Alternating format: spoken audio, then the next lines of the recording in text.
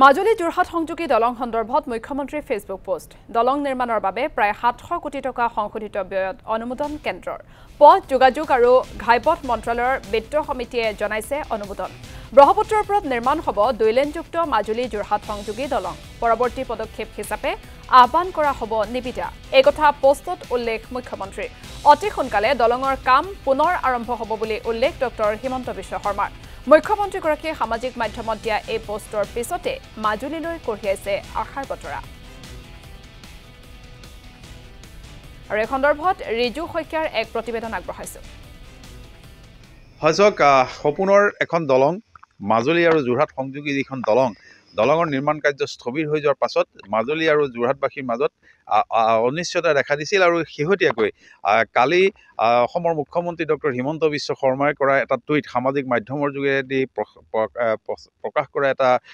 বাতৰিয়ে বা এটা তথ্যই ইতিমধ্যে আশাৰ সঞ্চাৰ কৰিছে পুনৰ মাজুলী আৰু যোৰহাটবাসীৰ লগতে সমগ্ৰ অসমবাসীৰ লগত যে ৭০০ কোটি টকা সংশোধিত এক পুঁজিৰে নিৰ্ধাৰিত এক পুঁজিৰে মাজুলী আৰু যোৰহাট সংযোগী যিখন দলং সেই দলঙৰ নিৰ্মাণ কাৰ্য পুনৰ আৰম্ভ হ'ব বুলি ইতিমধ্যে তেওঁ জনাইছে তেওঁ সামাজিক মাধ্যমৰ যোগেদি আৰু এই বতৰাই ইতিমধ্যে যোৰহাটবাসীৰ লগতে জাজিমুখ যি অঞ্চলত আচলতে যোৰহাট জিলাৰ সংযোগ ঘটিব এই দলংখন সেই হাতীখাল অঞ্চলত মই এই মুহূৰ্তত উপস্থিত আছোঁ শিবিৰত উপস্থিত আছোঁ মোৰ সহযোগীয়ে দেখুৱাইছে যে নতুনকৈ যিহেতু নিবিদা আহ্বান হ'ব নিবিদা আহ্বান হোৱাৰ বাবে পূৰ্বৰ যিটো construction committee UP state construction কমিটিৰ পৰা ছাব কণ্ট্ৰেক্ট গ্ৰহণ কৰা যিটো BRC নামৰ যি কোম্পানী আছিল সেই কোম্পানীয়ে ইতিমধ্যে এই যিটো শিবিৰ জাজিমুখৰ হাতীখালৰ যিটো শিবিৰ এই শিবিৰটোৰ তেওঁলোকৰ যিবোৰ সা সামগ্ৰী আছিল সা সামগ্ৰীবোৰ ইতিমধ্যে নিয়াৰ ব্যৱস্থা কৰিছে ইতিমধ্যে ইয়াৰ পৰা আঁতৰাই নিয়াৰ ব্যৱস্থা কৰিছে তাৰ বাবে মোৰ সহযোগীয়ে দেখুৱাইছে যে এনেদৰে এইসকল BRC যি আগৰ পূৰ্বৰ যি উপ প্ৰতিষ্ঠান নিৰ্মাণ সংস্থা সেই নিৰ্মাণ সংস্থাটোৰ বিষয়ববী আছে বা তেওঁলোকৰ কৰ্মচাৰী আছে তেওঁলোকে এই সামগ্ৰীসমূহ ইয়াৰ পৰা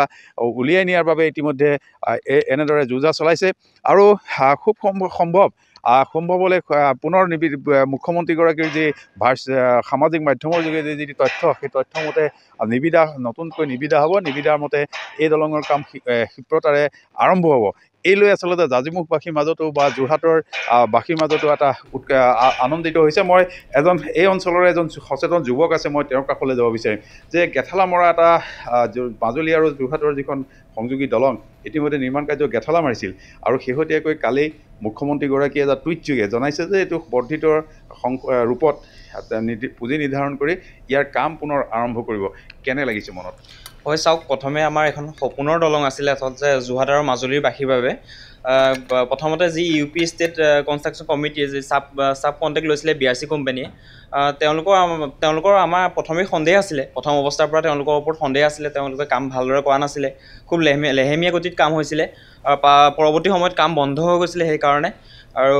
তাৰপিছত যি এতিয়া মুখ্যমন্ত্ৰীয়ে মন্তব্য কৰিছে যে ৭০০ কোটি টকাৰ পুঁজি দিম বুলি এই দলংখন নিৰ্মাণৰ বাবে আচলতে এইটো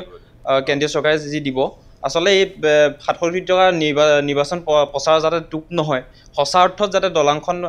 সম্পূৰ্ণ ৰূপ পায় সেয়া আমি আশা কৰিম আৰু এই এটাই অনুৰোধ থাকিব যে খুব সোনকালে আমাৰ দলংখন নিৰ্মাণ কৰি দিয়ে যাতে যোৰহাট মাজুলীবাসীৰ যিটো সংযোগ সেইটো সোনকালে দলংখনৰ যোগেদি সম্ভৱ হয় তাৰ আশা ৰাখিছোঁ দলংখন নোহোৱাৰ বাবে বিভিন্ন সময়ত দেখা গৈছে যে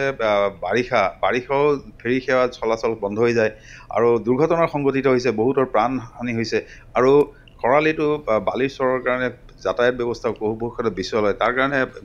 কাৰণে আচলতে দলংখনৰ প্ৰয়োজন আছিল কিন্তু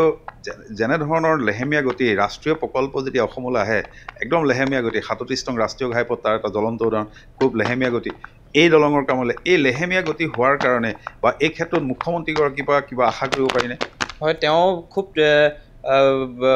যাতে এই ক্ষেত্ৰত পুনৰ স্থবিৰতা নাহে তেওঁ এই ক্ষেত্ৰত চকু দিব লাগে নজৰ ৰাখিব লাগে যাতে কোম্পানীৰ কাম লেহেমীয়া নহয় সেইসমূহ গুৰুত্ব দিব লাগে হয় ধন্যবাদ জনাইছোঁ এই আছিল ৰিজু কুমাৰ শইকীয়া আপোনাক এই মুহূৰ্তত ধন্যবাদ জ্ঞাপন কৰিছোঁ